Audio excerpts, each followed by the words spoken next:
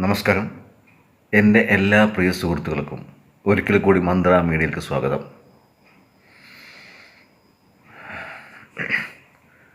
ഞാൻ ഈ വീഡിയോ ചെയ്യാനുള്ള ഒരു പ്രധാന കാരണമുണ്ട്. ഞാൻ ഇതിനു മുമ്പ് ഇതേ വിഷയത്തെക്കുറിച്ച് തന്നെ വീഡിയോ ചെയ്തിരുന്നു. പുൽപ്പുരയത്തെ വള്ളിക്കോട് ജംഗ്ഷനിലെ ബസ് സ്റ്റോപ്പിനെ കുറിച്ച്.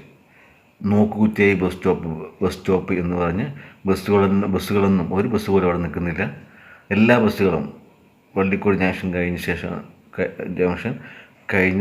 ശേഷം മാത്രമേ ജംഗ്ഷൻ്റെ, അതായത് വള്ളിക്കോട് ജംഗ്ഷൻ കഴിഞ്ഞിട്ട് കുറച്ച് ദൂരം നിർത്തിയിട്ടുള്ളൂ.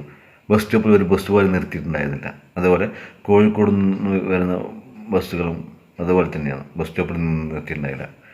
അതിനെതിരെ ഞാനൊരു വാർത്ത ചെയ്തിരുന്നു, നോക്കുകുത്തിയ ഒരു ബസ് സ്റ്റോപ്പ് എന്ന് പറഞ്ഞു.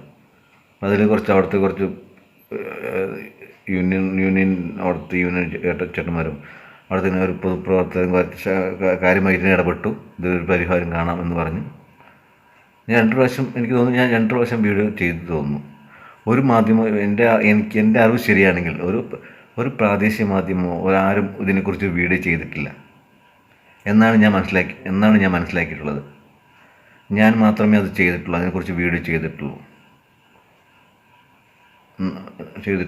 ഈ ബസ് സ്റ്റോപ്പിനെ കുറിച്ച്, നോക്കുകുത്തിയ ബസ് സ്റ്റോപ്പ് എന്ന് അത് കണ്ടറിയാം.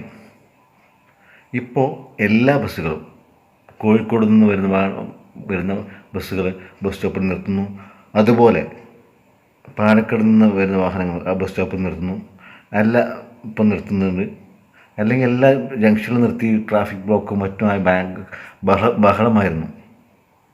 ഇപ്പോൾ യാതൊരു തിരക്കുമില്ല. കാര്യങ്ങൾ സ്മൂത്തായി. തിരക്കുണ്ടെങ്കിലും ആദ്യത്തെ പോലെ തിരക്കുന്നില്ല. എന്തായാലും ഇതിനെ ശക്തമായി ഇടപെട്ട പുതുപ്പുരയും പഞ്ചായത്തിനും അവിടുത്തെ പൊതുപ്രവർത്തകർക്കും എൻ്റെ വക എല്ലാവിധ ആശംസകളും. എൻ്റെ വക ഒരു ബിഗ് സല്യൂട്ട്. നമുക്ക് ആ വീഡിയോ കാണാം, ബസ് നിർത്തുന്ന എൻ്റെ വീഡിയോ കാണാം.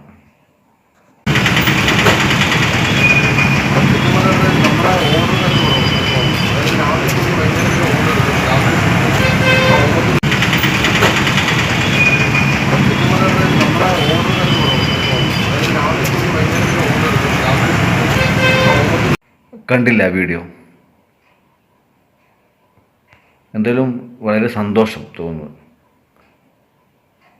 ഇതിൽ ഞാൻ വീണ്ടും പറയുകയാണ്, ഈ വിഷയത്തെക്കുറിച്ച് ഈ പൊതുപ്പുര ഈ ബസ് സ്റ്റോപ്പിനെ കുറിച്ച് ഞാൻ മാത്രമേ ശക്തമായിട്ട് വീഡിയോ ചെയ്തിട്ടുള്ളൂ, ശക്തമായി പ്രതികരിച്ചിട്ടുള്ളൂ.